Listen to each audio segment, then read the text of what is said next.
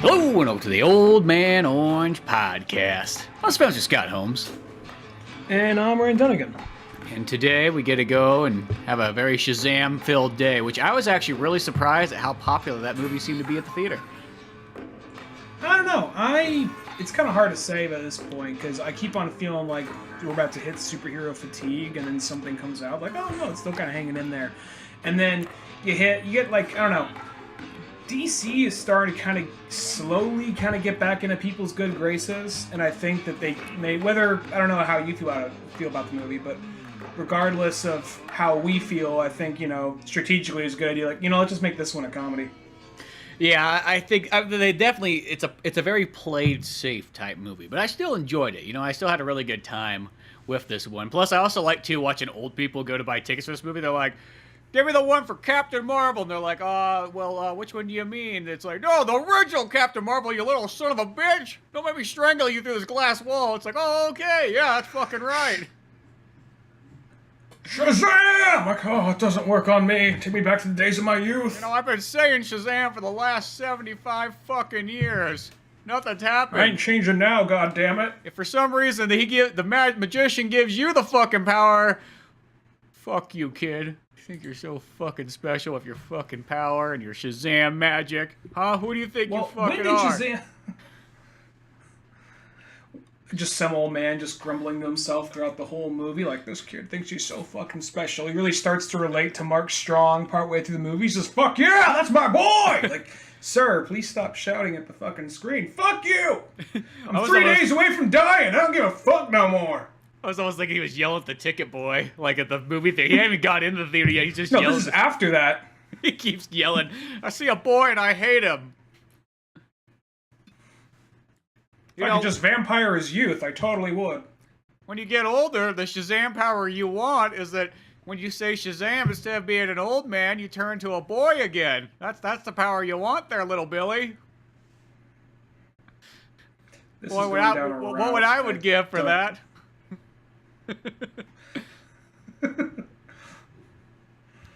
This is going down a dark path, a very dark path. I was gonna say, just like let's all go play kick the can. It kind of is. It's that with like a dash of Deadpool. Mm-hmm. And a bit of Guardians. I feel like there's a little bit of Guardians thrown into it too. Definitely Guardians. I'm gonna blatantly say this.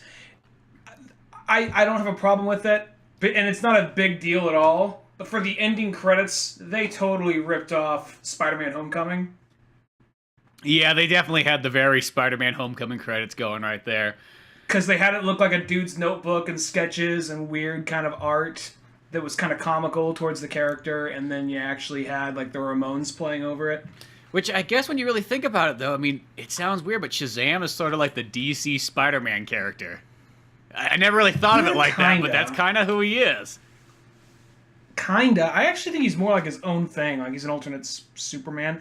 Because he doesn't really... Spider-Man's whole thing is he's the everyman trying to balance life. He's the everyman with the weight of the world on his shoulders. Well, I don't mean it like... let me say this again. I don't mean it like he's exactly like Spider-Man, but I mean he's sort of like the kid character for DC. Because DC doesn't really have a whole lot of kid characters unless you have sidekicks, but they haven't had a sidekick in a movie in forever.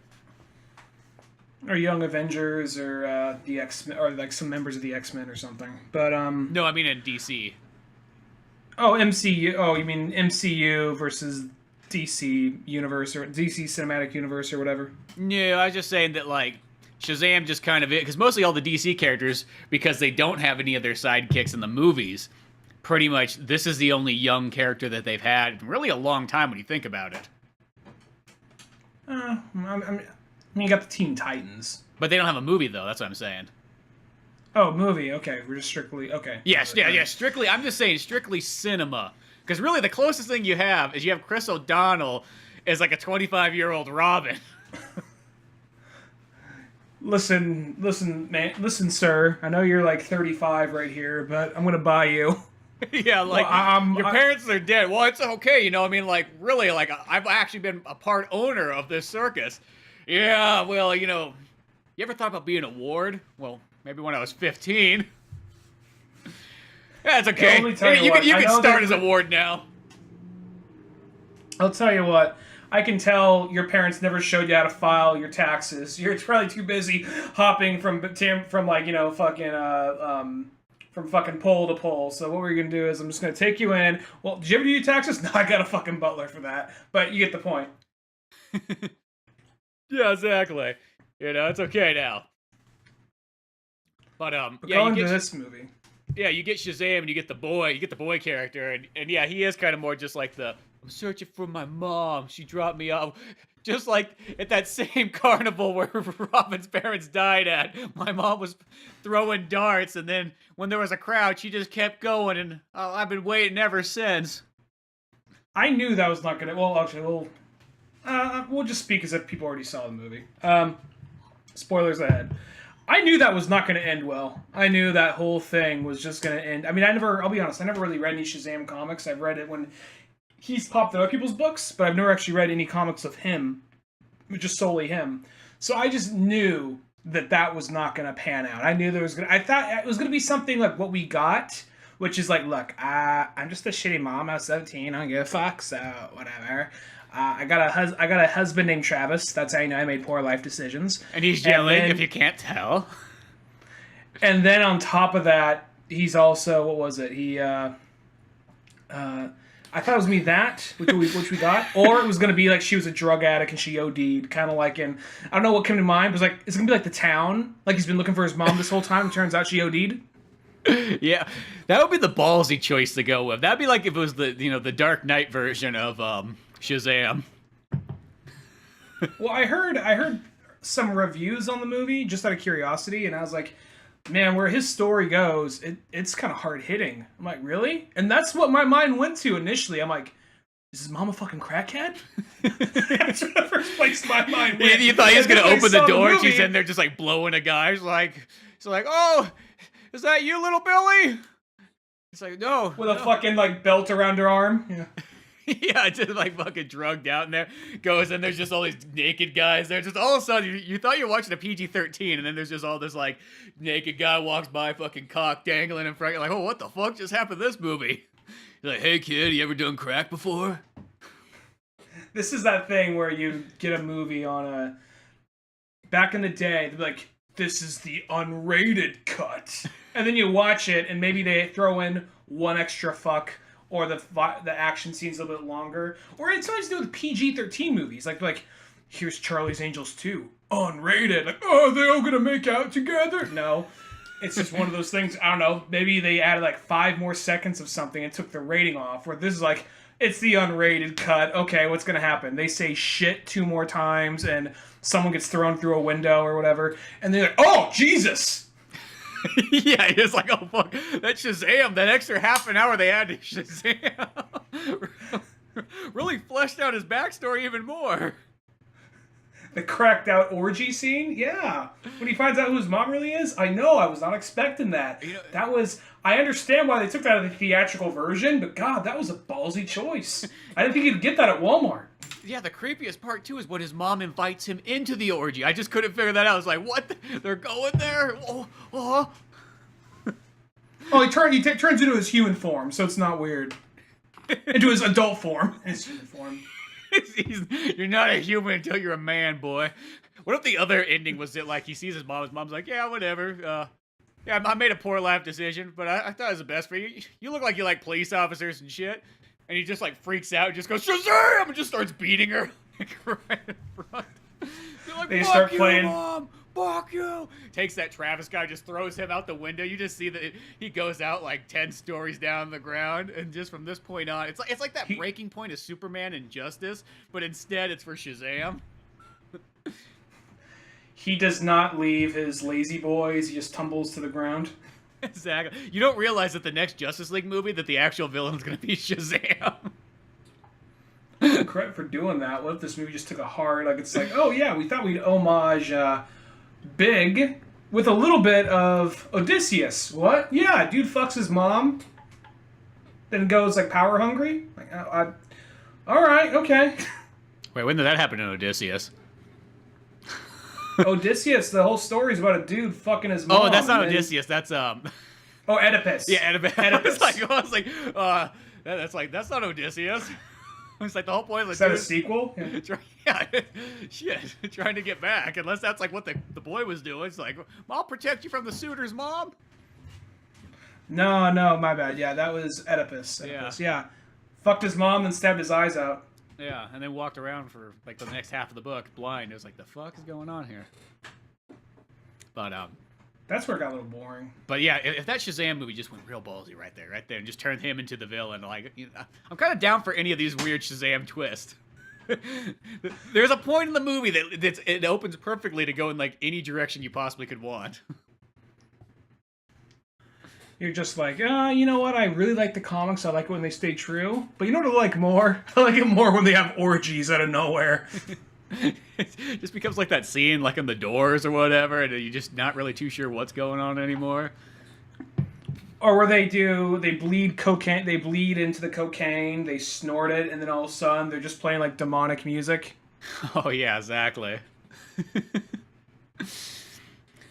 But no, that doesn't happen. Actually, it still has kind of like an interesting one because, like in the olden days, or I feel like a Marvel movie would probably do the thing where it'd be like, oh, we get back together and it's all a happy family again. And, I mean, there might be a little bit more of a, I mean, not perfectly a happy one, but the fact that it's just like, yeah, whatever. You look like you're doing fine. You get enough to eat? Cool. Well, get the fuck out of here. I ain't paying child support. Here's this keychain. What the fuck is this? I don't know. Fuck it. Yeah, she's like, I can't fucking read. I had you at 14 years old. Obviously, I'm not the most brightest woman out there.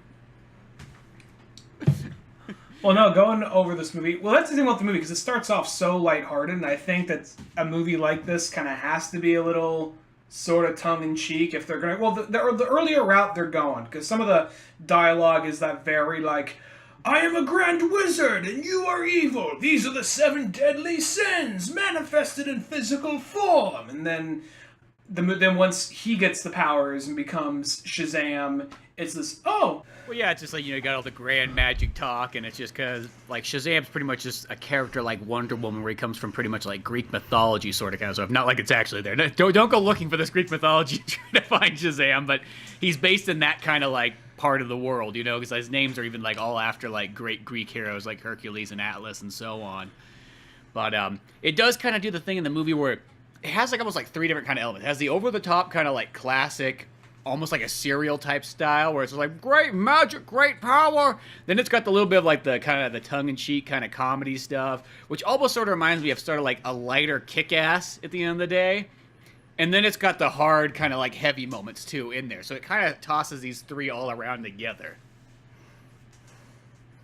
Well, the hard heavy moments, I really only think there was maybe 2 of them. And I thought it was funny that the dad, the asshole dad to Dr. Sivana, that's the guy that played Lionel Luthor, Lex Luthor's father in Smallville. It all comes around. And he looks exactly the same as he did back in 2001. Just nothing has changed. Doesn't matter. He's just at that point. There's always those moments in life where like you just kind of stay the same look for like 30 years. I don't know why that is. He always has long hair. He always had glasses. And always had sort of a beard going. And he's always just kind of like, "Oh, you fucked up, kid. Get that stupid 8-ball." Like, well, that whole thing with them is like he's a scrawny little runt. Like he's Mark Strong. He beat the fuck out of all you guys. What is this shit? He clearly got like a 24-hour fitness out of his trust fund at some point during that. Yeah, I know. He's just like, it's okay, I'll go. Well, you guys are running your like Captain Republican business. I'll go start my evil mad scientist lab over here, and I'll figure out where that wizard is who talked to me so many years ago that you guys never believed. Here's one thing I'm kind of wondering: was he just because they got across that he wasn't welcome in that meeting when he just walked in there? I'm wondering if it's like, okay, he's on a trust fund, just give him this little bit of money and then he'll fuck off. Or if it's supposed to be like he started up his own business and he just kind of proved his family wrong, just saying, see, look, I did my own thing without your help. Which, if that's the case, why the fuck are you still like, he said no to me as a boy? I don't know, yeah, it's like he just wants his daddy's approval. That's what it comes down to at the end of the day. And he's like, Dad, actually, I got tons of power. I got evil power now, and you can't have. It's almost that weird thing that even though he's like this 50-year-old man or 60-year-old man almost, he still is acting like that 12-year-old kid's like, fuck Billy Batson. Who does he think he fucking is? So fucking special. With his backwards hat, you know, and his Ramones CDs, and his fucking Play It Loud Game Boy. Who the fuck do you think he is? He's still like that kid in school. And his pogs, and he has the metal slammer, so you know it's extra strong. Yeah, and why does he get the the holographic Charizard first edition in the pack? It should have been mine. My dad bought the cards. I'm not really. I kind of know of Dr. Sivana because he's popped in other books, but whenever I saw him, he was always the small, shrimpy, little mad scientist kind of stereotype character. Mm-hmm. But I think, I'm not sure, maybe they've changed them in the recent years, but I almost think that, I don't know, I don't want to totally go and rewrite the movie, well, if I made the movie, but I almost think it would be smarter if he was, because I think at 50, you're probably past all that, I never got Dad's approval if you're running a company, unless he was just on a trust fund and they didn't get that across, but... Or I think maybe it would have made more sense if he was somebody in his late 20s or early 30s, because that is like an adult to... Well, it is an adult, but I mean, it is like, you know, to a 14-year-old kid, that might as well be a 50-year-old. Yeah, exactly. You know what I mean? Well, it's kind of like when Shazam goes and like rescues that lady, and she's just like, "Oh, why were you mugging this old lady over here?" She's like, "I'm the same age as you." Oh, yeah.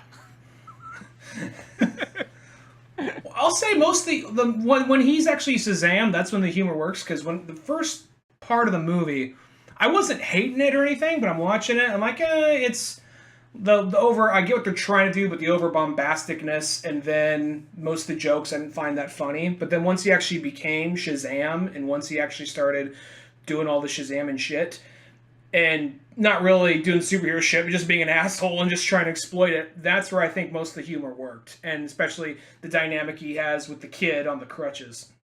The weird thing I thought, though, is that when he's Billy Batson, he's not really funny at all. And then all of a sudden when he becomes Shazam, he's funny. That's the one thing that kind of threw me off a little bit. Because when it was Billy Batson, it was always like, oh, I'm looking for my mom. Have you seen my mom? Oh, well, I guess I'm going to go rob this police officer really quick of his sandwich. Fuck that guy. I'm going to see if he knows where my mom's at, though. Who knows? Well, they tried to make him he was funny in that, though. He was talking shit to the cops. He was sarcastic. You know, he's flipping the bird to those bullies that are, you know, that beat up the cripple. That's one thing. Just like, not only are we going to beat up the crippled kid, we're going to hit him with a fucking car. Yeah, we're going to, like, pretty much, we almost could have killed this crippled kid here because of how fast we came in. I know you. I know we're about 3 hours away from each other right now, but I could hear you laughing Thursday night. Thursday night, I just heard like a laughter off in the distance, and I'm like, something fucked up just happened in a movie Spencer's watching right now. Cripple kid happened. Yeah, I know exactly. Cripple kid got hit by a car. And a big truck for that matter too. Just these guys like, whatever, we can park wherever we want. I know it's a city, but I'll just park here. It's not like it's gonna get towed. Now here's what I'm wondering, because originally Captain Marvel was created by a different company, and then DC had a lawsuit with them because like, you're ripping off Superman, and then they obtained that company, like, oh, I guess we got this now, and then eventually changed his name to Shazam. Did that all happen, like, would this happen in the 40s, or when was he first created in the 50s? He was created in 39. That's how old Shazam is. That's what makes it kind of like a magical thing, is because this character is, like, older than pretty much anything, except for, like, you know, Batman and Superman. Like, beyond that, though, he's, like, older than everything Marvel. He's older than pretty much everything else DC. That's what's the interesting thing there. And, you know, he even had those cool serials in, like, 1941. Kind of, I guess, similar to, like, the Batman and Superman ones and so on. But it even has, like, the Leonard Maltin trademark on, like, there. It says, best fucking cereal ever. Go suck my balls, Leonard Maltin. Just a sticker of him smiling in his, like, sweater vest and just flipping a bird. Exactly. So, like, this was, like, such a big deal character. And it even outsold Superman at a period in time. And then I think just, yeah, as time went on, they had lawsuits and so on. I think it was like by 71 or something like that. Like, they're like, shit, we ran out of money at WizKids or whatever the fuck that other company was. They're like, here, you can have Captain Marvel. They're like, DC's just like, goddamn fucking right. And then I think it took them a while to kind of acquire the rest of that company. but they did over time. And I think when they started printing them, they started. Is that where Blue Beetle's from? It might be where he's from too. It might be where some, because I know there's a couple of those like, you know, kind of bigger, I guess, C-list DC characters. I don't like to say them like C-list in a bad way, but you know what I mean. They're not in a Justice League movie. Let's just say that. Mm-hmm. They all kind of came from there, and I know they started calling it Shazam just because when DC sort of had it, I think they didn't really want to get too like, it's like, well, he's Captain Marvel, but let's not get too into the Captain Marvel. Let's just call him Shazam. So they called him that since like the 70s, even though. And my entire time growing up, he was always Captain Marvel. The Shazam thing just felt like that was super recent, like almost like New 52 recent. I know that like it might have been a little bit before that, but that's when I started like seeing him where like, oh, they're not calling him Captain Marvel anymore. Well, the old TV show in the 70s was called Shazam. Yeah, I think that's true. Yeah, so that was there, but he's still Captain Marvel. Still, they still said that. Yeah, it wasn't like he was always. And that's one of those ones where it's not really the biggest deal. That's not like one of those ones where it's like all of a sudden they're like, oh, he can't be called Batman anymore. Like, what? He can't be called Batman anymore. Gotta call him something else. Call him Dark Knight, but you can't call him Batman. Like, you know, that'd be kind of fucking weird. I mean, granted, I know Shazam's just as old as that, but almost Shazam at the end of the day almost sounds like kind of a cooler name than Captain Marvel. Not that Captain Marvel's not a bad name at all. That's still a fine name in itself. But well, I have no problem with that name, even though I know he had it originally. I have no problem with that name really going to him, just because Shazam going to him, just because I don't know. I guess when I think Marvel, I think when I think Captain Marvel, naturally what you think is Marvel. So out of that, I kind of get the reason why they made a decision. Because like, look, we're both trying to make our own movie universes. Eventually, we're both going to reach this character. Let's just make it. Who's going to reach it first, huh? Oh, we saw that. Well, that's got to be, I feel for every ticket taker, you know that's got to be the toughest one, because you know so many people come in just to dick with you and be like, I want one for Captain Marvel. And he's like, oh, okay. And he's like, that's not the fucking time of Captain Marvel. Can't you fucking read there, little Billy Batson? I might come across her and slapped her. He's like, geez, sir, you said Captain Marvel. He's like, I want the original Captain Marvel, huh? How about you do your fucking job? Do your fucking research. So like, good thing there's this glass between here. I'll be over there strangling your little ass. Like, oh. You know that's got to happen, like, day in, day out for these guys. They probably hate fucking going to work for these next couple weeks. The only thing that brought me joy back in the war in Korea was Captain Marvel. It was marvelous. Now you want to take that from me? Yeah. How am I supposed to relate to that woman? How am I supposed to relate? Look at me. I'm a man. It's like, oh, okay, I get it, sir. He's like, I'll pound my chest for you. You want to see my dick? I'll stick it through. He's like, oh, okay. Here, how about just have comp tickets on the house? Just get out of here, sir. Oh. So he just turns into Morty? It's the only way. He turned to Morty, of course. It's his fucking generation. In my generation, we just, you know, as a 12-year-old boy, you said Shazam and you got a job down at the factory. The first time your father heard you yell at the word Shazam, he signed you up for the war. He said, "You want to be a man? Here, watch this. Look at now, you're 18 years old. Now you can go kill." I just like the image of that, like some little like 14-year-old boy. Shazam! Just cut to him like on a boat, like heading to like fucking Normandy or whatever. Forged papers in hand from his own father. Then like the general's like, no, wait, oh, okay, you got permission slip. Well, I'm going through, boy. Just like school, he got a school permission slip. He's only 14. Oh, that's okay. His parents said it was okay. He said they could go on this field trip to Normandy.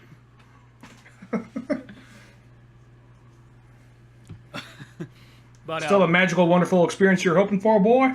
No.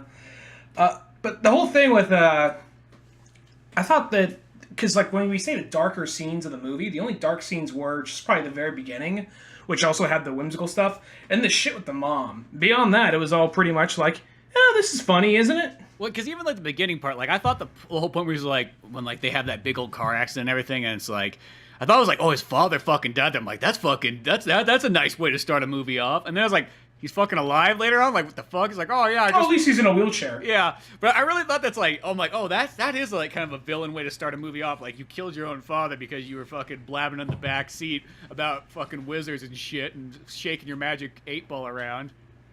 And then next thing you know... I'd still give him enough reason to want to go kill his brother. Yeah.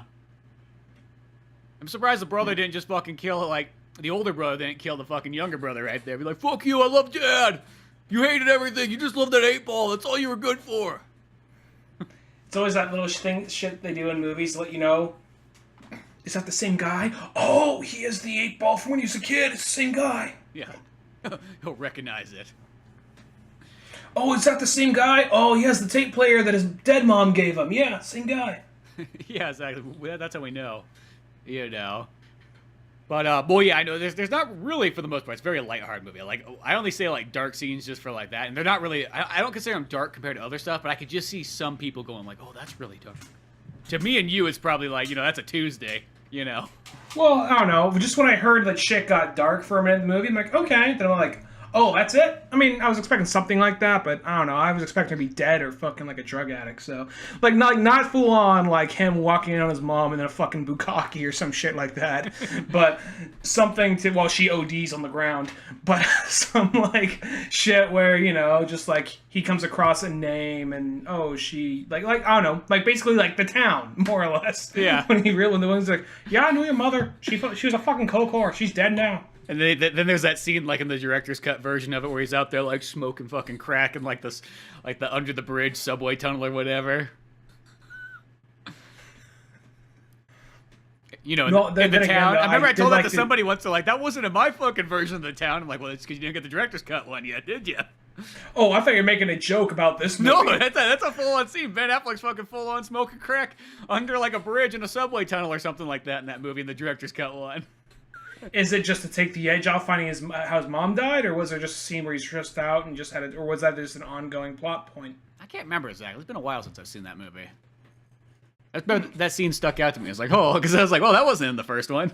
Well, I'm thinking about this right here. I do like to get the point across, like, oh, a kid totally would exploit this to try and buy alcohol for the first time. Like, oh, let's go get beer, and then him and the kid drink it, they spit it out immediately. Like, oh god, this cut to them with just a bunch of candy and junk chips food and stuff. Because that totally makes sense. Because at that age, it's like one of those ones. It's like, nope. It's like you'd go back and just get all that other stuff. And I think the exploiting stuff was kind of fine. Like, I think that totally worked because it's like there always needs to be that one superhero character. Because I think everybody kind of realizes that, like, if you did have superhero powers, you know, like, somebody's bound to like want to like say, hey, I can make some money off of this. And as a kid, too, think about it. Once again, you're a kid. Money heists, money schemes. That's like your daily activity at school anyways, because you don't have a job. There's only one way you're going to get excess money, you know, beyond like, you know, your chores and your allowance and things like that, you know, once Christmas comes. So especially when you're a foster kid, you're definitely like exploiting like whatever avenue you can, you know, you're hustling left and right. So I think it makes sense that this character could do that. I thought because they did the whole YouTube thing, like, yeah, kids definitely doing stupid shit on the internet. They would definitely do that if they got superpowers too. So, yeah. Yeah, you get the crippled kid just walking around shooting it all and so on. Which I'll say, I thought they did a good job of like not, because they were trying to let you know this is in the DC universe, but they weren't trying to beat you over the head with it too hard. Yeah, it's just this kid was the one who was like just always into like whatever Batman, Superman were doing. Kind of like, I don't really care about Wonder Woman, you know, she's a woman. It's kind of gay to like women. 12. He's wearing a Wonder Woman shirt at some point. No, was he wearing a Wonder Woman shirt? It was just a W with a sword through it. Oh, okay. I just never saw it because he always like just Batman, Superman, and it wasn't until the very end he had the Aquaman one. It's like he's okay, you know.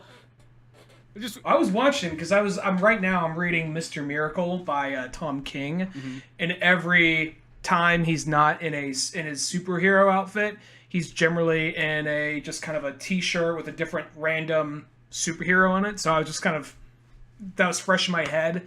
So I was kind of looking. So I kind of noticed that with that kid, and I noticed he actually had he had like 2 different Aquaman shirts at some point. Had Batman, a lot of Superman. He seemed to be more.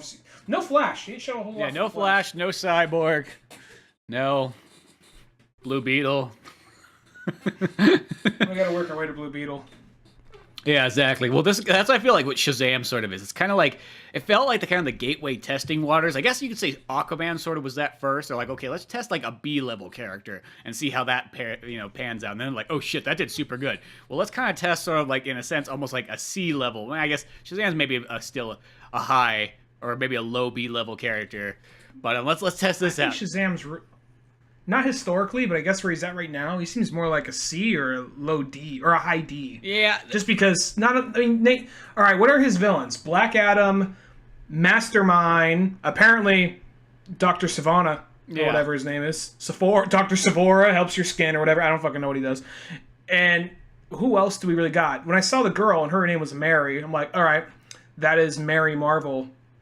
Mm-hmm. And I'll be honest, I didn't know all those kids could turn into. I knew that he was a part of an orphanage and all those kids were there. I couldn't name their names. I just remember they all just, okay, there's a bunch of kids there. There's a fat kid, or there's a kid on crutches. And Mary Marvel's there too.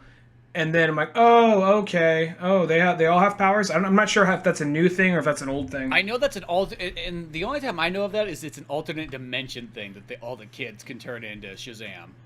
So it maybe by nowadays that might be like I guess story A canon type stuff, but that used to be the Elseworlds thing. Was that in the Elseworlds, like Shazam was almost like there was multiple ones. And whatchamacallit, I already forgot what it's called. Injustice had that. Just in Flashpoint. In Flashpoint, they all have to merge together to become Shazam. Oh, that's right. In Flashpoint, there's those ones too. Mm-hmm. Which then makes you wonder. It's like Power Rangers he has like a inside. Scar across his face. Yeah. So, what if it was just some weird, awkward thing? Like one kid's the leg, one kid's the torso, the other kid's just the ass cheeks. Just like, what? That's the fat kid. The fat kid. But I will say, like, I was super surprised about the Marvel kids. I did not expect that at all in there. And I was like, whoa, that's actually pretty fucking cool that they have all those guys kind of come together. Like, I actually did not see that coming. For some reason, I didn't expect that to happen. I was like, I don't know why. I don't know why it didn't cross my mind. Maybe because I just don't read enough like Shazam. It's always one of those, it's like the many characters that, like, you always would like to read more of, but we all know there's only so much time in the day and so many comic books you can get. And we all know that Batman always slides himself on top of everything else. Be like, yeah, you think you want to get that Shazam, but you didn't realize that there was a new Batman book coming out, and a new Nightwing book coming out, and a new Batgirl book coming out, and then another book with Batman in it again. So might as well just put that Shazam book back, because you don't have the money for it. I can already tell. Well, even I went and bought Volume 1 of Jeff Johns' Shazam right when the 52 happened. And even that right there, I haven't got around to reading it. I've had it for like 5 years by this point, but I have not got around to reading it. So, I don't know, maybe if I read it, like, oh, this is straight out of the comic, maybe. But, yeah, I knew Mary Marvel was a character, so I was like, oh, wait, Mary Marvel, okay, cool, she's in it. But I doubted she was going to be getting any powers by the end. That's something I'm glad this movie did. This movie, because a lot of movies lately have been having trouble showing every little thing in the trailer. They don't have as much trouble as they did, say, back in 2014 or 2015, where, like, they showed the entire plot to Batman v Superman to Terminator 5. Yeah. There was a couple of big movies that they just gave away like all 3 acts in the trailer. Yeah, where this one is like, oh, they didn't like show that, oh, there's fucking demons in this. Oh, there's more of the Marvels. There's more of the, so that was cool. Yeah, no, that's what I really liked about it, because really the trailer is just focused on sort of like the kind of like the comedy and almost like, I call it like sort of the kick-ass type story, because that's sort of the kind of like the avenue they went with. It was more like, hey, dude, you got superpowers, and you're like, oh, let's figure out what they're all about. You know what I mean? Mm-hmm. Yeah, and then there's the whole part about, I'll say this, something about the whole like dynamic they had with the family, because nearly every movie you see, if there's a foster family, it's like, get in your cupboard. Yeah. Oh, you'll get the clothes hanger. Yeah, it's like, oh, you'll get the clothes hanger, or something like that. What's the clothes hanger? It's where I scratch it on glass while you try to sleep. This is pretty terrible, isn't it? Yes, try to sleep now, will you, Harry Potter? It's like, okay, Aunt Vulture, whatever her name was. I thought you were one of those things from one of those puppets from Dark Crystal, but no, you're a lady. Yeah.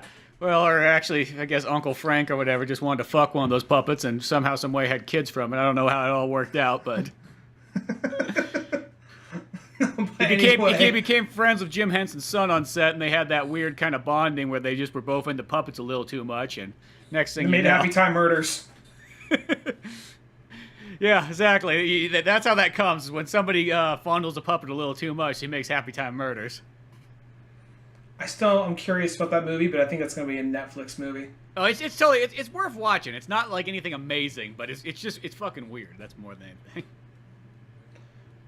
Yeah, well, when I saw like the Red Band trailer, and like not on YouTube but in the theaters, and saw like the puppet jizzing everywhere like confetti or whatever, I was like, you know what? That's funny, but I think I just got the whole gist of it right here. You probably just told one of the best jokes right there. If I got a feeling. Yeah, it kind of was. Well, it's I don't know. That's not the movie we're talking about, but yeah. It's one of those ones. It's a weird mixed match of like good comedy. Going back to movies showing comedy. too much in the trailer. Yeah, but that's it. Yeah, when movies would show too much, and that movie wasn't one of them. But yeah, no. The nice thing about Shazam is it kept it kind of like boxed in. I mean, what there wasn't like things that was like super surprised with, like they're like, oh shit, but it still had stuff in it where it's like, oh, I didn't expect the Captain Marvel kids. I didn't expect, they have all these extra demons and so on in there, which was just kind of neat. Like I just liked all the little things that they kind of had.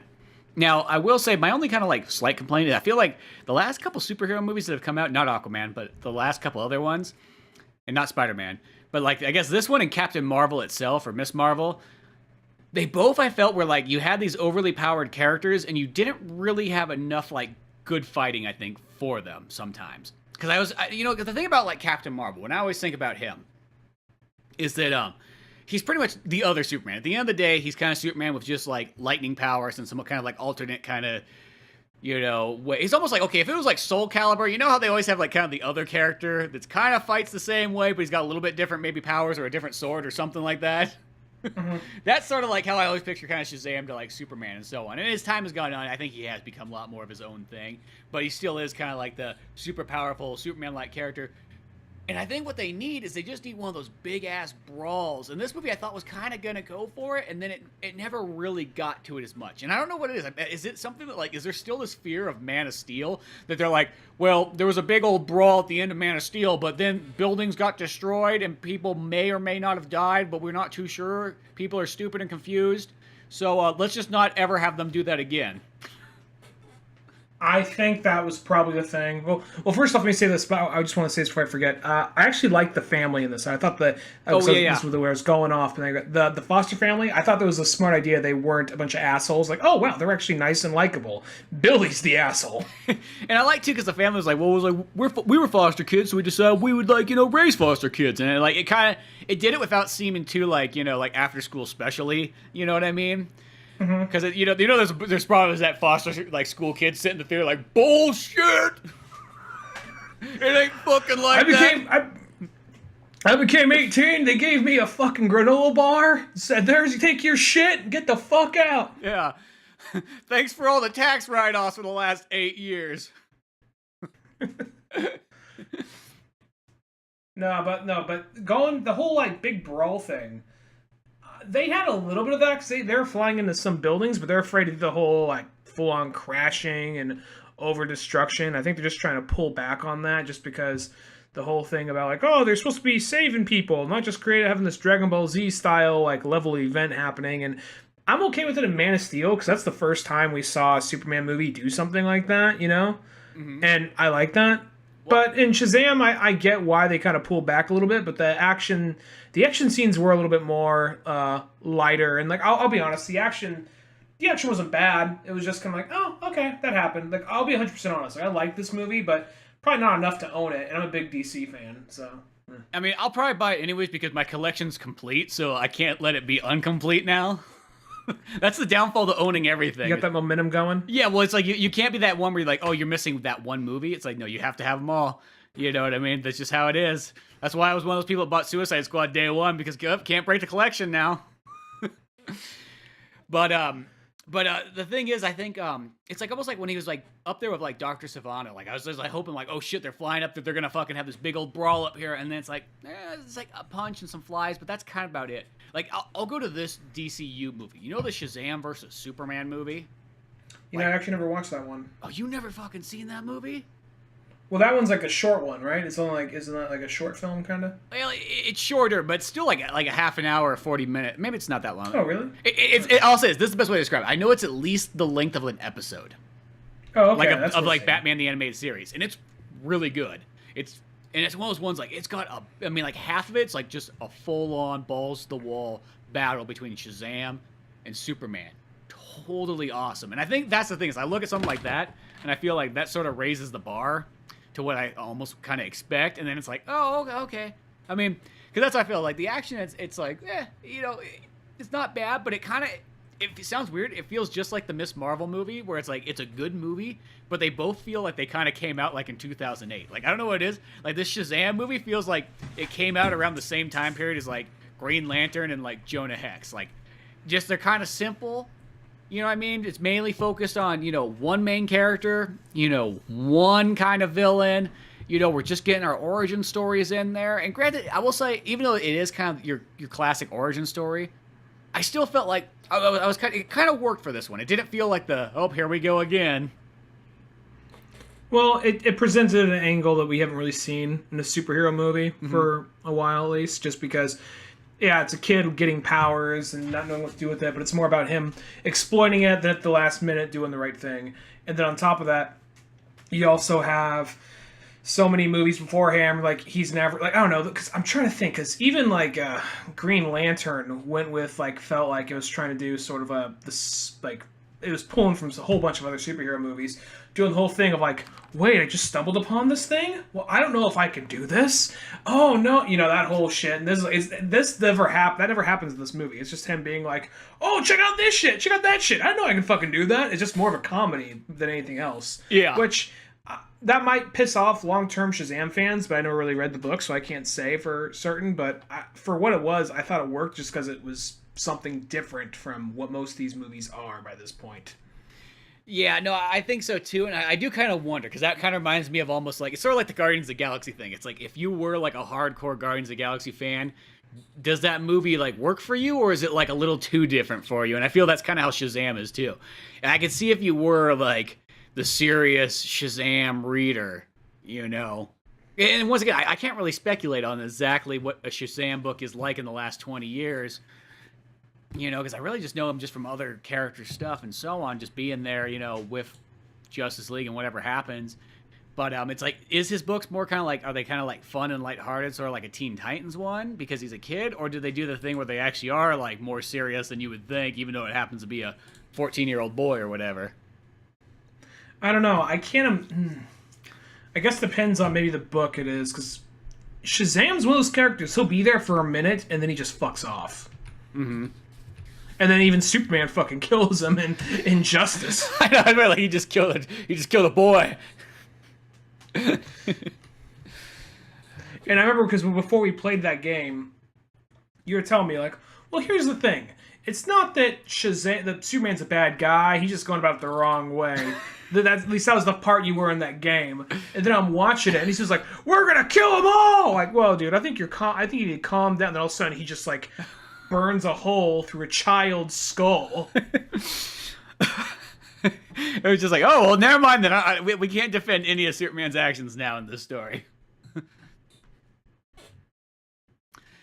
Which I always just think it's just always weird when they take that Superman route of like, let's just make Superman just like the most... I don't know, there's some people that just love to write Superman off as like almost like a villain.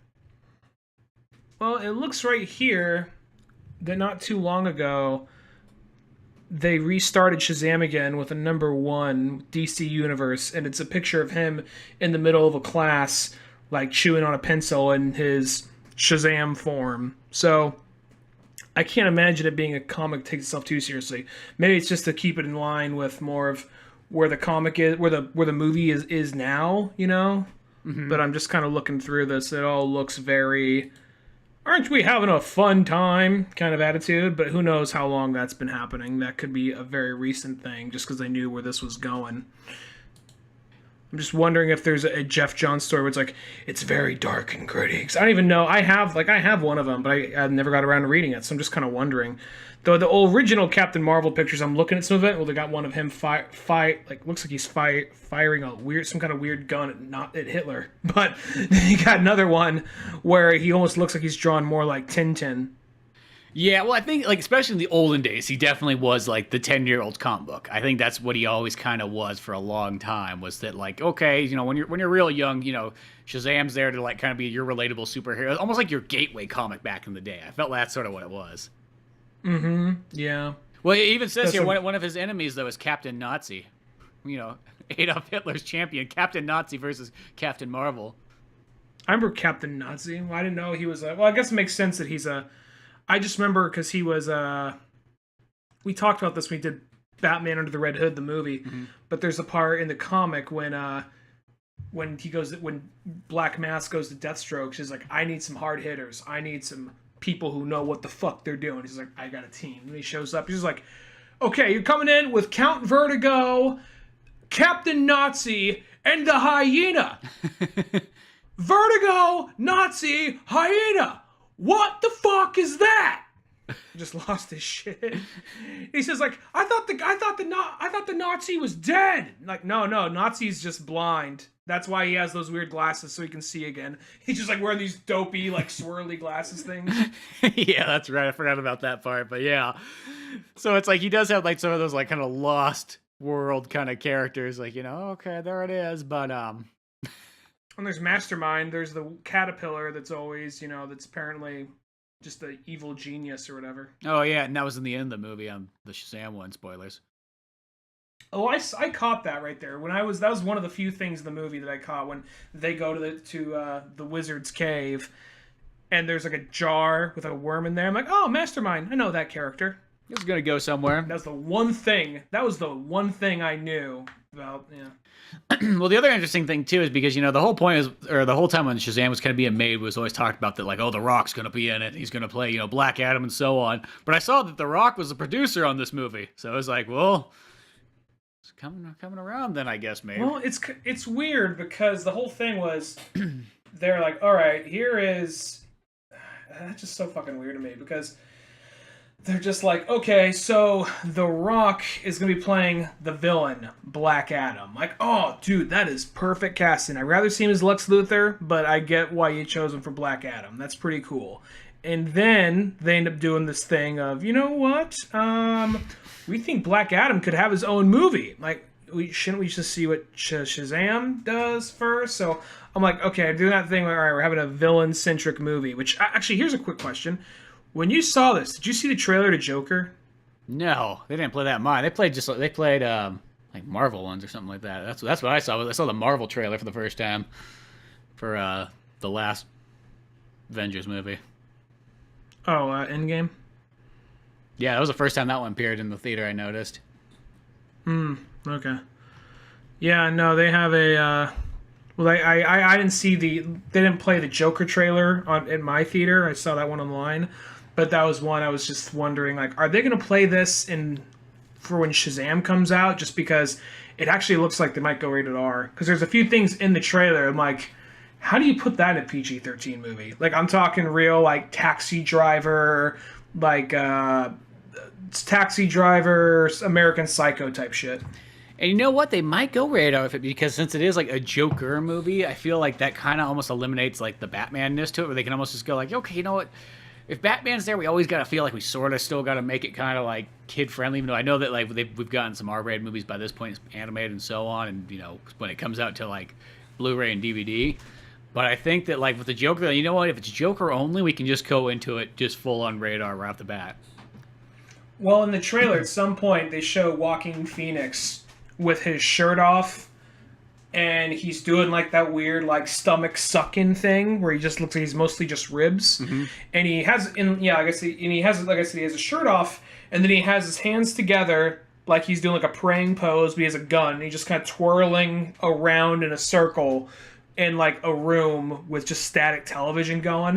And at some point, a quick over-the-shoulder shot of him dancing, not really over the shoulder, but kind of at a weird angle, where he's just dancing in his underwear just for a split second. So it's like, oh, this might go full-on like serial killer type shit, So this might go full-on Norman Bates or something. So, and another part where, I mean, they're probably not going to show anything in the movie, but they show him like he's really close to his mother, but they get the point that his mother might be a little off, and he's giving his mother a bath, like pouring water on her in the bathtub. So I'm like, I don't know if you can get away with making that PG-13. Yeah, well, and it's like one of those ones like it's not out of the question. I feel nowadays to have actually a rated R movie. Is that once you saw Logan, once I saw Deadpool, and so on, it's like you know what? And then I mean, the DC ones they haven't been like rated R in theaters yet. They've been rated R like when like the special edition comes out or something like that. But I think this might be like the way to, like the gateway into it. Yeah. I'm. Do you think there's gonna be a Shazam cameo in it? Maybe he's the one that got. Maybe he's like the fucking delinquent father. Well, It's like, yeah, I fucked this lady and then left her at the fucking. I fucked this lady. And apparently, she left her kid, the kid, over at the fucking circus. It would make sense. Very circus for that one kid's family died. They're at a carnival. Yeah, the same one that the boy Bruce Wayne brought in died. You know, it's just like all is connected to that circus. You didn't think much of it when you were watching Shazam, did you? But it's all tied together for the Justice League, movie. Oh, so here's a quick little thing. Just going off of Jesus Christ, going off of the Shazam comic right here. I got one from all the way back in. I don't see a fucking date on it, but I can tell it's old. Anyway, 1973. We have Mary Marvel, the Crutch Boy in the blue outfits, and then Dr. Savannah, and then there's like a fat old version of Shazam in the corner, like, I'm here too! Yeah, I know. I have seen that guy before, too. Which, is that his uncle? Is that like his uncle who just like look out for him? Like, I'm just the man that he just drives the boy around. Like, what? You say, like, yes, I'm his chauffeur. Like, are you like his guardian? Kinda. I meet him at the park and I give him a ride. I buy him beer when he wants it, You know how all kids need an adult to get them through things? They got one that's really creepy. You got this person who looks kind of like they got like an owl mask and they're smiling and they're in a suit. And the world's mightiest girl fights evil in the night. And he's like loomed over her and she has like a gag in her mouth. Old-fashioned covers. Yeah. Like, that'll shut that batty woman up. Ah, teach her not to talk to her at the dinner table. And that's Shazam saying that. That's not even the bad guy. Yeah, exactly. It'll be interesting to see like where the Shazam movie kind of takes like the Marvel or the DC movies, because I just kind of wonder if it's one of those ones where since they're sort of losing all like their big characters, and I don't know if they're just gonna want to just like recast them. I mean, obviously the Joker, they're kind of just did the recast. Maybe that's feels like every single one of these movies is like some form of like a test science experiment. We're like, well, we had one Joker and then that didn't work out, so we're just gonna recast the Joker and see if that works out. Then we can recast Superman and Batman, and no one will notice. Well, one of the reasons why they're making this Joker movie is, at first, for a minute, Joaquin Phoenix was considered being Doctor Strange because he liked the character. Then he realized, I don't want to be I can't talk. Contracted. I don't want to be contracted to do a bunch of movies, even if it's not even my movie. To come back and be an Avengers, pop in Thor to say what's up, and do 3 other movies. I hope he really said it like that. He's like, yo, I don't want to be fucking an Avenger. I don't want to be in a DC movie. Whatever the shit. If there's a fucking like Kingdom Hearts movie, I don't want to show up there. It's like, oh, I don't. Why do you keep thinking you have to show up to like all these movies? Like, I don't know. I don't understand these contracts. I just whatever there is, I don't want to be a part of it. I guess a Kingdom Hearts movie is not too far off. Really? Well, did you see the trailer? Because this is one of these ones you won't see it in theaters. But dude, there was a Dragon Quest trailer in Japan. Now it's all CG, but it looks fucking awesome. You show me, yeah, it looks good. Oh yeah, I did show you. I can't remember if I did. Sometimes I do these things and I forget. Yeah, text it to me. It looks good. I don't really know Dragon Quest, but it looks fun. But so I feel like a Kingdom Hearts movie would be like, since you have the Disney backing. That wouldn't be so like that probably would be the gateway into like a Square movie. Now, I mean, well, before we get off track, I just want to say the whole thing with Joaquin Phoenix. He wanted to do a superhero movie, but he didn't want to come back to do 5 other movies and then movies where he just plays a bit part in. So he just said, I would love to be the Joker, but I just want to do this one movie. So he says that. Maybe that's just some PR shit they say to calm people down. It's like, oh, look, they're just going to make 1,000 of these until they stop making money or whatever.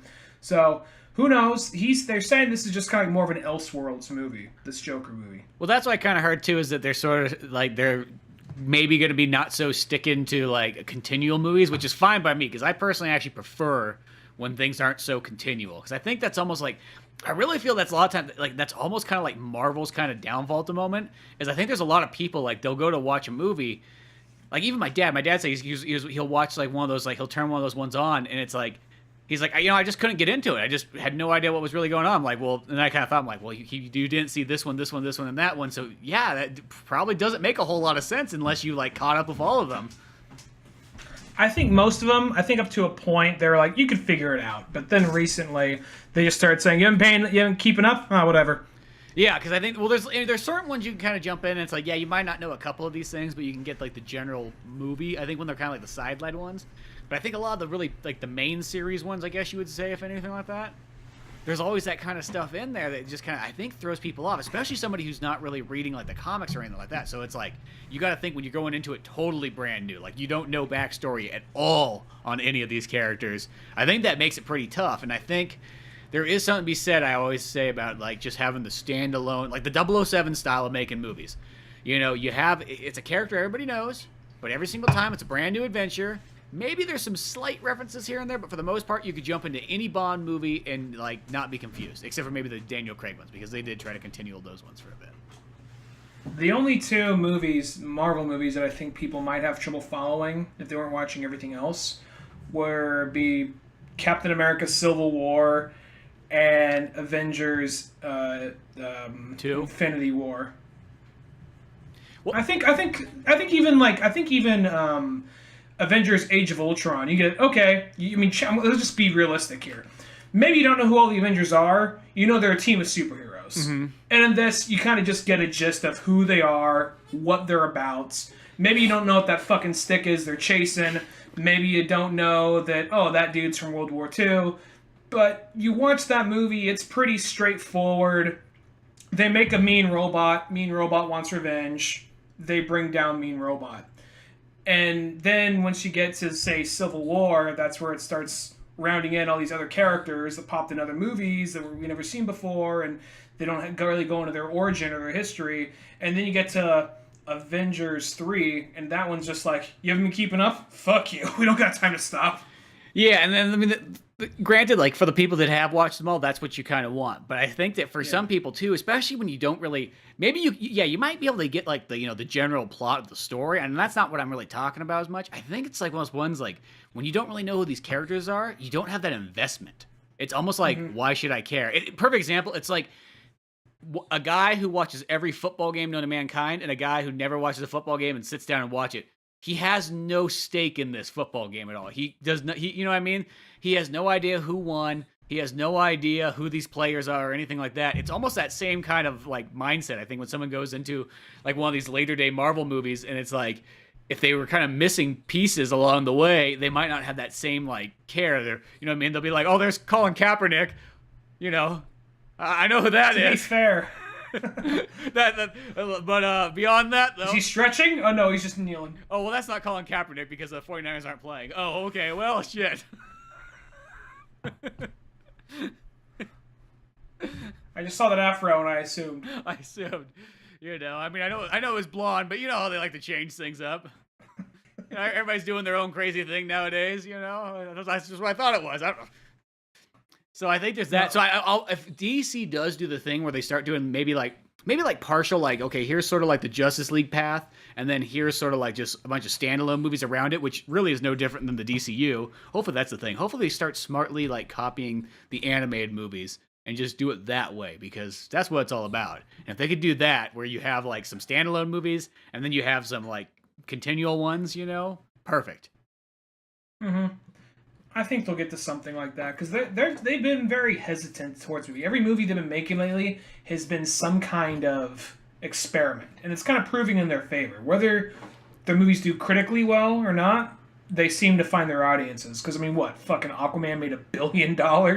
Well, yeah, and when Aquaman... That's more than Justice League. Yeah, and when Aquaman came out and on Blu-ray, I gave it the old second watch to see, and I'm like, you know what? I think this is actually the best DC of the new series.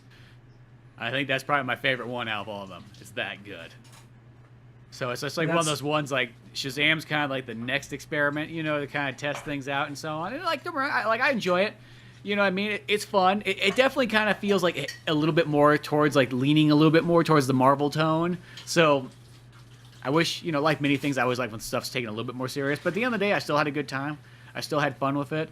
It'd be interesting to see what they go with, though, because let's just say they lose Batman and Superman, and then are they going to do like one of those Justice League movies that doesn't have Batman and Superman, so it's like the old school Justice League comics?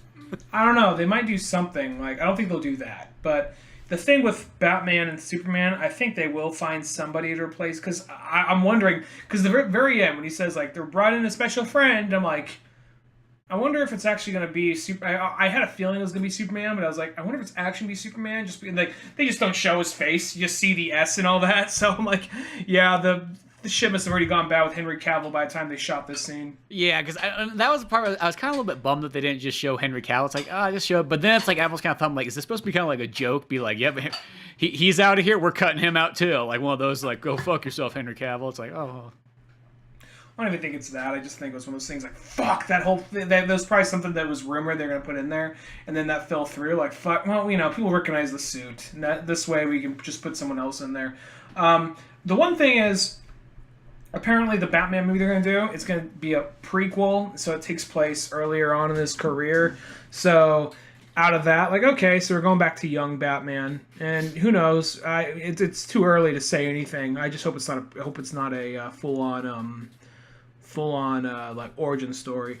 But that being said, it's also one of those things where I don't mind if they suddenly just have someone else playing them and we don't address, hey, you look different, just don't even fucking acknowledge it, just move on. Yeah, I don't know why that's so hard nowadays for like audiences now. It's like, it's weird. Like if you had audiences in the 70s, you could totally do that and nobody would like bat an eye. But for some reason nowadays, people just have a hard time like trying to accept somebody new anymore. I don't know, that to me seems weird. You would think nowadays you'd be able to accept it even more. Like it's almost that kind of thing. Like we know this is a movie. You know what I mean? Like it's almost like it's kind of like wrestling. You know what I mean? Like in the olden days when people took it all serious because they didn't know, they're like, oh, it's like actually like entertainment. You know what I mean? And it's kind of like it's made this way to be even more like grandeur and so on. Where like now everybody's kind of in on it. So it's like, oh, well, we can do that. I feel like with movies, it's like people are in on it. We don't. You know what I mean? They get how movies are made and shit.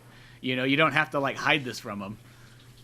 I guess that is one of those things because we are at this point where we get updates on movies on a daily basis. So it's not like, oh, I wonder if we'll see a trailer for this movie I read in a magazine 2 years ago that was getting made, Now it's this thing like, oh, there's blogs updating us fucking all the time. So it's, people are a little bit more aware now. And I don't know. I'll say this. Even though they switched out a few of the Marvel actors, it was really early on, I think they'd suddenly have trouble if they're just like, someone else is playing Tony Stark. Like, maybe we'd go still see the movie or whatever, but I think a lot of people would be like, whoa, wait, what? You can't do that. Well, the thing is, what they got to do is they just got to do it and kind of get it over with, because I think it's that same reaction that people sort of had when 007 first switched out with Sean Connery, and then it went to George Lazenby, and then it's like they brought Sean Connery back, which probably didn't help the cause, I guess, but then, like, by the time that, like, Pierce Brosnan came in, people were kind of used to Bond being switched up, and I think that's what they needed to sort of do with these superhero characters a little bit more. I mean, people were used to it back in the olden days when it came to Batman, Batman switched up on every single one of those after, you know what I mean? It's like, Batman Forever, you get Val Kilmer, and then you get George Clooney on the fourth one, and it's all the same story technically. So it's kind of funny sometimes when I'm just thinking about this real quick, just because every so often when a movie's coming out, you'll see like these crazy fan theories of what's really going to happen, and I sometimes like to read those and listen to those, not so the movie's spoiled for me. Like, oh, I knew that was going to happen, but just to see how fucking wrong people are. Mm-hmm. And granted, I'm not gonna lie, I went into my own fan theories with certain movies and been totally fucking wrong. But I mean, Dark Knight Rises is like that was the one where you were going deep into like that one. Like I almost had like I would like one step away from like a picture. It looked like it's a crime scene. Like, all right, here's like a board of pictures with yarn going to different names and like links and all that.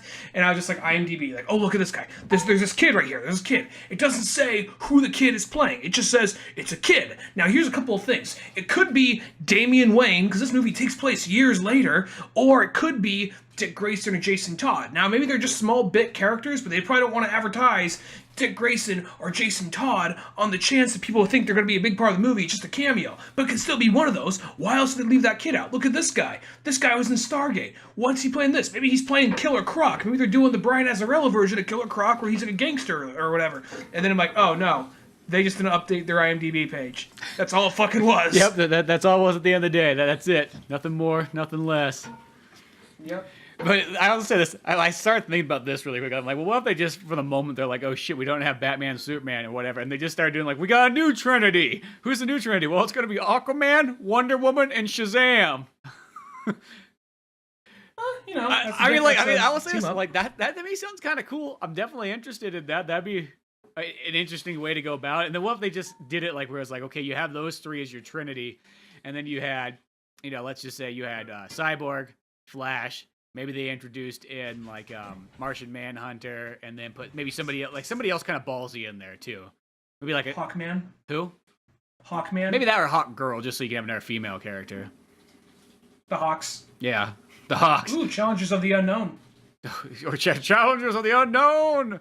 Really fucking random. Yeah, exactly. Just something else in there. I would say this, like, that would be kind of cool. I feel like that's the one where, like, that'd be cool for, like, the hardcore DC people. I know some people would be probably like, there's no Batman, no Superman, fuck it.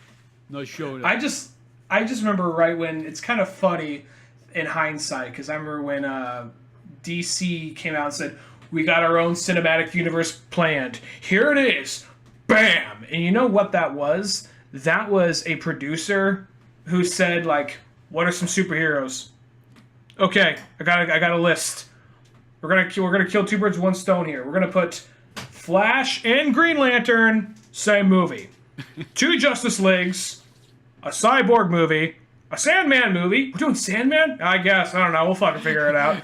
Shit, it was in this text my kid sent me on who he thought was the best DC characters.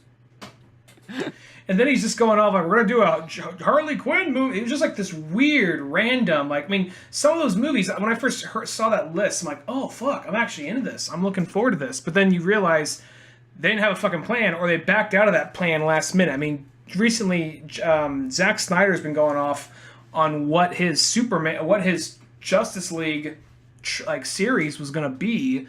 And at some point, fucking Doomsday was going to come in to Boom Tube, kill a pregnant Lois Lane in the Batcave. Superman was going to come back to life. By that point, what was Doomsday Lois Lane doing in the Batcave, being pregnant and all? Like, Alfred, hide this.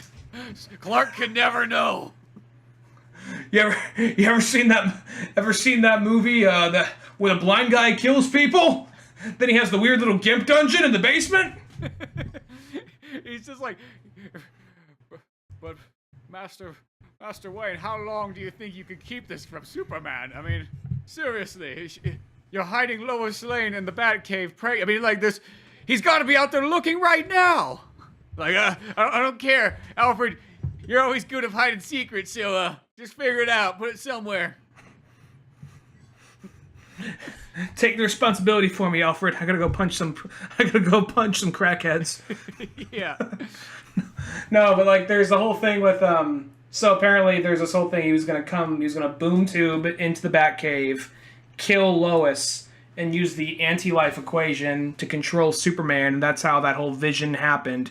And like, Flash fucked up and went too early. Like, all that stuff was really planned out, and then somebody got cold feet and they slightly changed it, and they sort of made a compromise, and they full on fucking fired him. Like, I don't know, we'll figure this thing out. And totally just, now you got all these weird lingering plot points that are never going to get resolved or answered because some executive's like, I don't get it. Because I thought we were fucking making a Sandman movie. You know, Sandman is like Coke Man. You know, fuck, I don't, you know what I mean. Yeah, so I know it's like the one thing too is they keep talking about like, oh, it'd be sweet if that Zack Snyder cut ever comes out, but I'm almost feeling like they're trying to hide that now. It's like, why? Just release? Well, probably because it's two things. They're afraid of one of two things. First off, it's even though it says director's cut, it's going to come out. And people are like, but wait, I saw that movie and this over here and that over there. It doesn't make sense. They're afraid of that, even though it says director's cut, and a thing called Google exists, so people can look up details, but they're not going to fucking do that. And then you also got they're afraid. Also, people probably be like, this is what you guys should have done. And then suddenly have to like backtrack on a bunch of things like, all right, do we Elseworld this shit, or do we just keep on doing what we're doing, or what? Yeah, that's I mean, and hopefully maybe it'll be one of those weird ones like in the long run, sort of like no different than like the Richard Donner cut of Superman 2. Like it comes out later, maybe not right now, but later down the line we get to finally see that, because that sounds. I mean, I look at it this way. I'm like, I already love Justice League as is. I already consider that like almost like one of the most perfect like superhero live action movies ever made. So if you give me like a better version of that, come on, you know what I mean? Like it's not gonna get much better than that. You know, I think it's a really fun movie, but I just kind of hear what it could have been. I'm like, you're gonna put Green Lanterns in there, and they're gonna lose the dark side, and they're gonna go to Apocalypse and fight. Like, they're possibly gonna face off against the Furies. Jesus. Yeah, it's just like it sounds cool, but I don't know. We'll see what they kind of bring to us with all the DC movies. I don't know. Sometimes it's like one of those ones you lose one story, but who knows what you might get for the other story. You know what I mean? Mm-hmm. There's so many things to choose from. Not all hope can be lost, and so on. But Shazam was cool. Definitely worth seeing. It's one of those like it's a fun movie. I feel like it's a very like solid center of the road kind of movie. No different than like the Captain Marvel one. It's kind of ironic. Like I feel both those movies are kind of in that same like they're really fun. They're not really breaking any new ground or anything like that. But they're fun. But they're fun. They're solid. They still like there's nothing you can really complain about in them. You know what I mean? They're not the most perfect ones, but they're. Yeah, really nothing wrong at the end of the day. But no. Yeah, so I think it's just kind of cool to see a character like this, and then obviously it seems like people have been liking it, so that's kind of the good thing. Yeah, I mean that means we get more DC movies, but it also means let's see what are the DC things in the tubes right now? We got the next one coming out. We got Joker, which is an Elseworld thing. We still got Joker. We got Wonder Woman 84. Mm-hmm. We got a Birds of Prey movie in the works. And then we got... Those are the only things officially, not things they're talking about. I mean, these are things they're actually shooting right now. So that's 3 DC things that are being shot. The things they're talking about are another Batman, Harley Quinn. Like, they're always fucking talking about Harley Quinn. And probably something else that's escaping me right now. I will say this, though. I'm totally looking forward to a Birds of Prey movie. The only thing I'm worried about is I heard they're going to try and make that into just a Ladies of Gotham movie. So it means it's going to be about, Harley Quinn's going to be a prominent character in it and this and that. Like, no. If you want, you could give Harley Quinn her own movie, but Birds of Prey, it's like Black Canary. It's Huntress. It's Huntress. It's Spoiler. It's Batgirl. It's sometimes Katana, it's all these female heroes. Yeah. Harley, they can go, and I just hope they don't try and make Harley Quinn a center character in like this thing that's not even her comic. So I mean, who knows? Maybe she's a member of it now, and I haven't read the comic in a while. But it's one of those things where I'm just like, don't fucking do it. Yeah, please. Just that's like making Joker like pretty much like part of the Justice League. It's like, no, you don't do that. I know somebody out there thinks that's a great idea, but no. Just stop while you're ahead. Every so often, people there's those movies where the guy has to work with his enemy.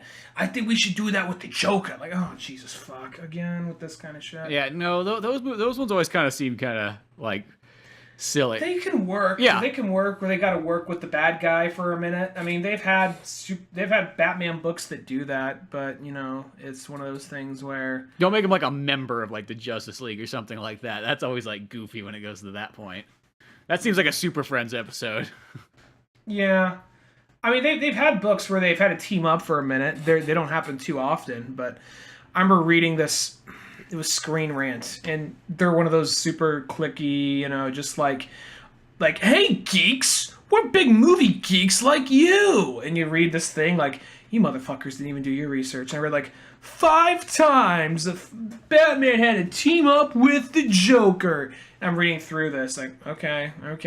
And they get to the part in the opening of Court of Owls when Joker and Batman are fighting throughout Arkham, mm-hmm. And then you realize, oh, it was Dick Grayson with a mask. And they did not feel the need to bring that up. They're just like, oh, there's the time where they had to fight through Arkham together to get out. And they show pictures of that, like, you motherfuckers didn't even do your fucking research. All you had to do is turn 2 more fucking pages. They probably didn't turn any pages. No, they probably saw some shit on Google Images or Like, oh, good enough. Yeah, exactly. Yeah, you can't trust those kind of websites. But yeah, no, I just look forward to seeing what there is. I hope, like, yeah, something like the Birds of Prey one. I hope that I'm fine if make Harley Quinn a bad guy like she's supposed to be. Make her Poison Ivy, and then I feel like apparently they said the main villain's going to be Black Mask, played by Ewan McGregor, which isn't bad casting at all. no, that actually sounds amazing. But I'm hoping he's actually a prominent character and not somebody who's bitch slapped aside like he has been in everything other than the comics. Yeah, I always fear when Black Mask is put into something because it never ends well for him. It's just always like, oh, he's the main villain. Oh, wait, he took his mask. Oh, it's the Joker. Oh, how about that? Well, even though he sort of gets kind of bitched to the side and under the Red Hood, he still has kind of a couple moments. Yeah. And you kind of get, all right, I see how he got there. No, he's still at least prominent in that, so that's kind of cool. But yeah, beyond that, though, we get all kinds of great DC stuff. Actually, we got that next Justice League movie comes out in like 2 weeks or something, or a week from now. So, animated one that is, and then so nothing but good times with DC as far as this year goes. I mean, it's just gonna be another big year full of like tons of movies. I could just already see it. There's already so many great ones. But yeah, check out Shazam. Do your DC honor by going and seeing that film because it still is pretty darn fun. You'll have a good time no matter what. That's kind of like what it is at the end of the day. And then if you want to help support the show, we'll put some cool links in for some Shazam books that you should buy that we should probably read as well too at some point. But they'll be there. And then other than that, go to oldmanorange.com for more podcasts, comics, movies, all that fun stuff. Check out some Pizza Boys while you're there too. I'm Spencer Scott Holmes. And I'm Ryan Dunigan. Oh, see you some other time. Later, folks. Thanks again for listening to the Old Man Orange podcast. Sure, check out oldmanorange.com for more podcasts, cartoons, music, animation, and a whole lot more. We also have the Old Man Orange blog going with all kinds of fun stuff. If you easily want to support the show, use one of our Amazon links either on the website or in the description of the podcast below. Rate, review, and subscribe to the show either on Podbean, iTunes, Spotify, YouTube, Newgrounds, or anywhere else that you seem to get this podcast from. Grab the sitcom-styled comic book Pizza Boys on either Comix Central, Comixology, or Amazon. Want more podcasts? Check out the Indie Comics Club over at Comix Central. I also got a workout website called Thor's Hidden Gym, filled with fitness tips and tricks, videos, and a whole lot more fun stuff in the calisthenics world. Talk to us on Twitter at Spencer S. Holmes and Dunigan Ryan. Like our Facebook pages of Old Man Orange Productions and Pizza Boys Comic. Thanks again, we're out of here.